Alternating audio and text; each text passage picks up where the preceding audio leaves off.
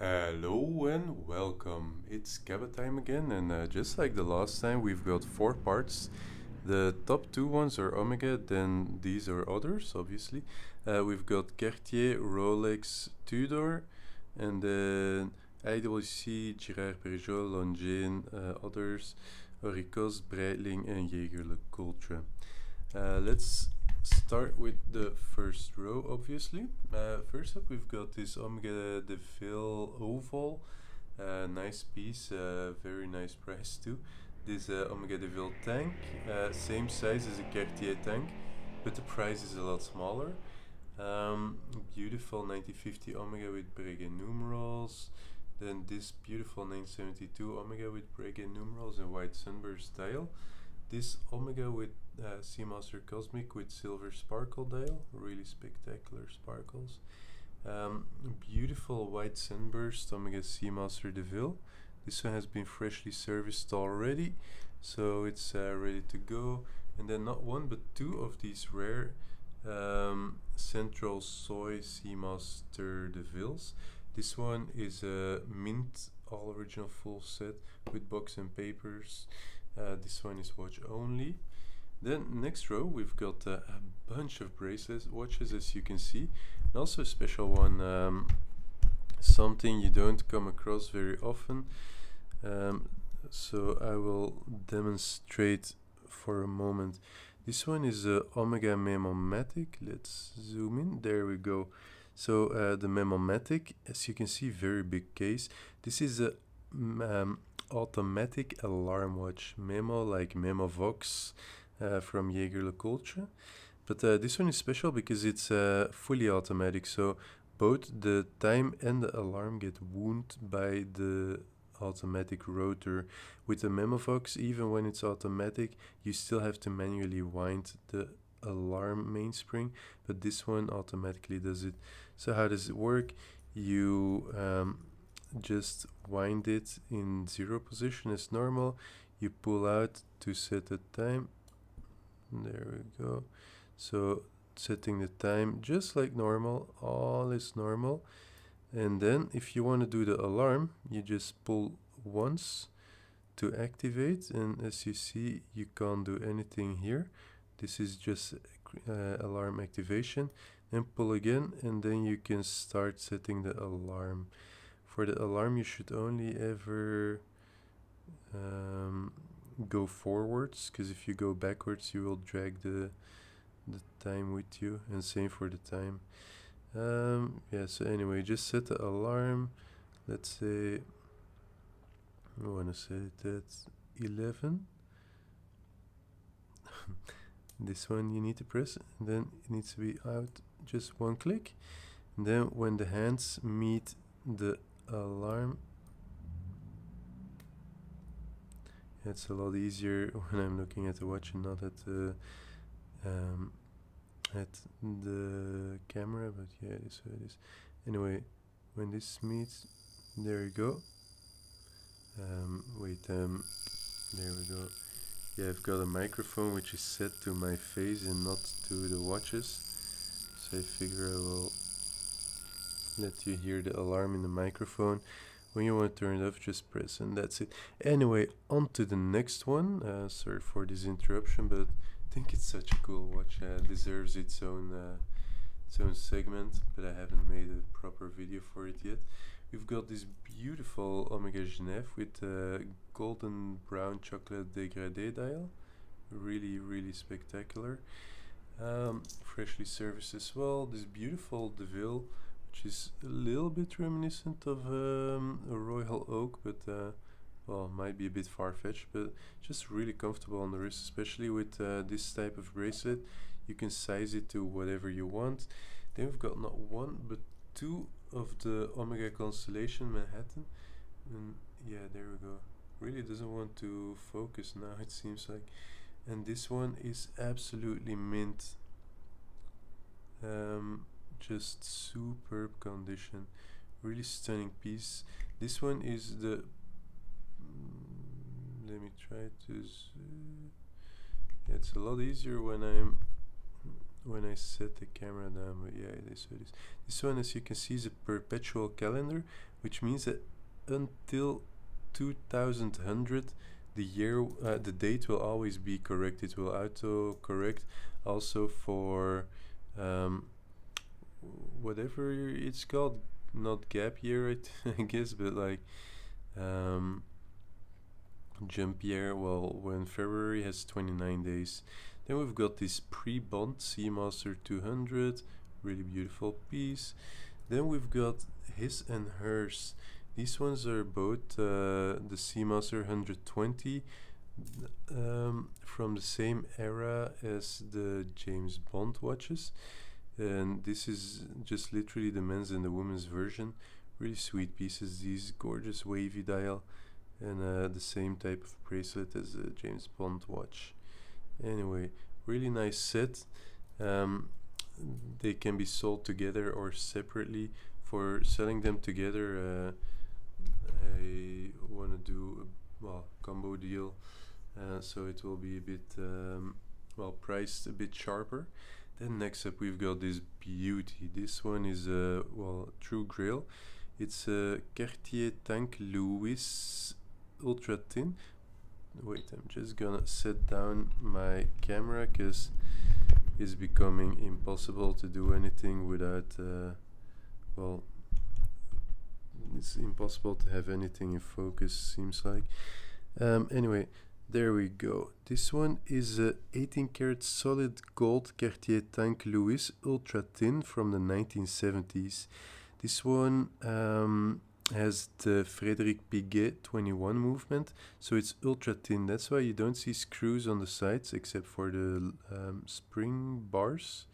Well, not springs, just bars, because normally you've got screws on the sides for the tank, but these were just put on the back to make it even thinner. This one, awesome piece, very rare. Comes with the original 18 karat solid gold buckle and original must the Cartier crocodile strap. Really, really sweet piece, and I think you'll like the price as well. Next up, we've got this beautiful Cartier Vendôme. This one comes with box and papers. The strap has been replaced by a brand new lizard leather strap, not Cartier. Same goes for this one, also box and papers. Beautiful Trinity dial, just really sweet piece. It's a bit difficult to capture this one in pictures and video, especially when there's no natural light. But yeah, this one pops so beautifully. Then next up we've got a rare bird. This one is one of the earliest evolutions of the Rolex Oyster date. So as you all probably know, the Rolex Oyster date reference 6694. This one is a reference 6294. This one is from 1954, which is very early. The first Oyster date was introduced in 1953, and this one is just a smidge behind that. And this one, beautiful alpha hands, has a roulette date wheel, which I didn't show. There you go, black. And if you go to the next day, it will be red again. Boom. Yeah, this one will come freshly serviced. Hasn't been serviced yet, but we'll service it before shipping out. Beautiful alpha hands. Really cool piece in a nice original condition. Hard to find them. It's already a rare piece, but especially to find it in original condition is rare, because the red second hand is also original. Next up, we've got this rare. There's a lot of rare pieces, but this one, beautiful 18 karat solid gold Rolex Datejust reference 1601 from 1969, I believe. Check description for full details. This one has a rare silver sunburst dial, just really incredible, pops beautifully. The dial is super sharp. Case also nice, has been it lost its original finish over the 50 years it's existed, but still very nice lines. think with a very light refinish this will look like new. Very, very beautiful piece, this thing. Next up, we've got this Rolex Day-Date with beautiful blue sunburst dial. Let me just wipe it off real quick, because it's got a sapphire crystal, which is a true smudge magnet. This one reference 18038 with original caseback sticker. Very nice piece, and just the dial is so beautiful. I already put another smudge on there, but yeah, that's sapphire crystal live, I guess. Up next, this really, really stunning crisp Tudor Oyster date, reference 7961 from 1965. Really pretty piece. Beautiful alpha hands, and just so sweet and cute as well. It's rare to find these in such stunning condition. Usually the dial is quite patinated, but this one very, very sharp. Up next, we've got a bit more modern. This one is a Tudor Date Day, 41mm beast from around 2010. This one beautiful white linen dial, just pops so beautifully. Very nice condition. Yeah, as I say, a bit more recent. Very nice wrist present, of course. And next to it, another nice big one is this Tudor Submariner. This one is a 40mm, reference 79090. This one, obviously, the case is copied from the Rolex 1680, and just the movement is different. Well, case is a bit thicker or thinner to accommodate the movement. This one, very nice condition. The dial and hands are service dial. They're super luminova, because this one is from 1992. But if you look them out, you can see the lume shine. So yeah, obviously super luminova.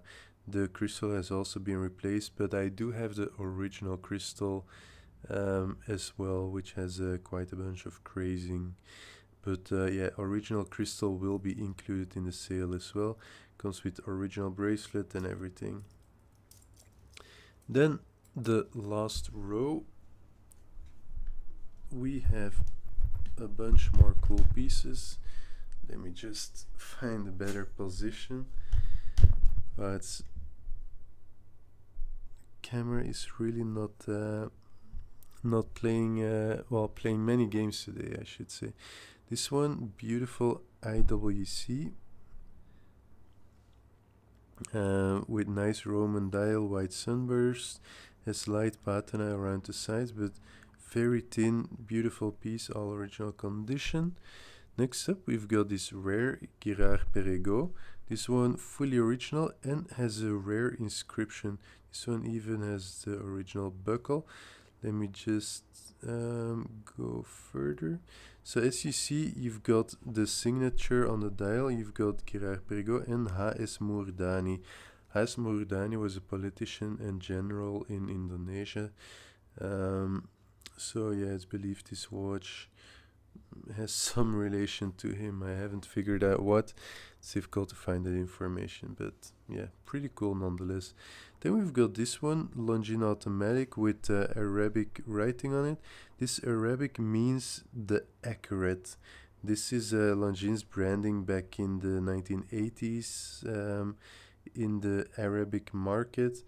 They branded themselves as Longines the accurate, which is true for this movement. This was at the time, this was the thinnest automatic movement with date and also central seconds hand, but this one comes without the seconds hand.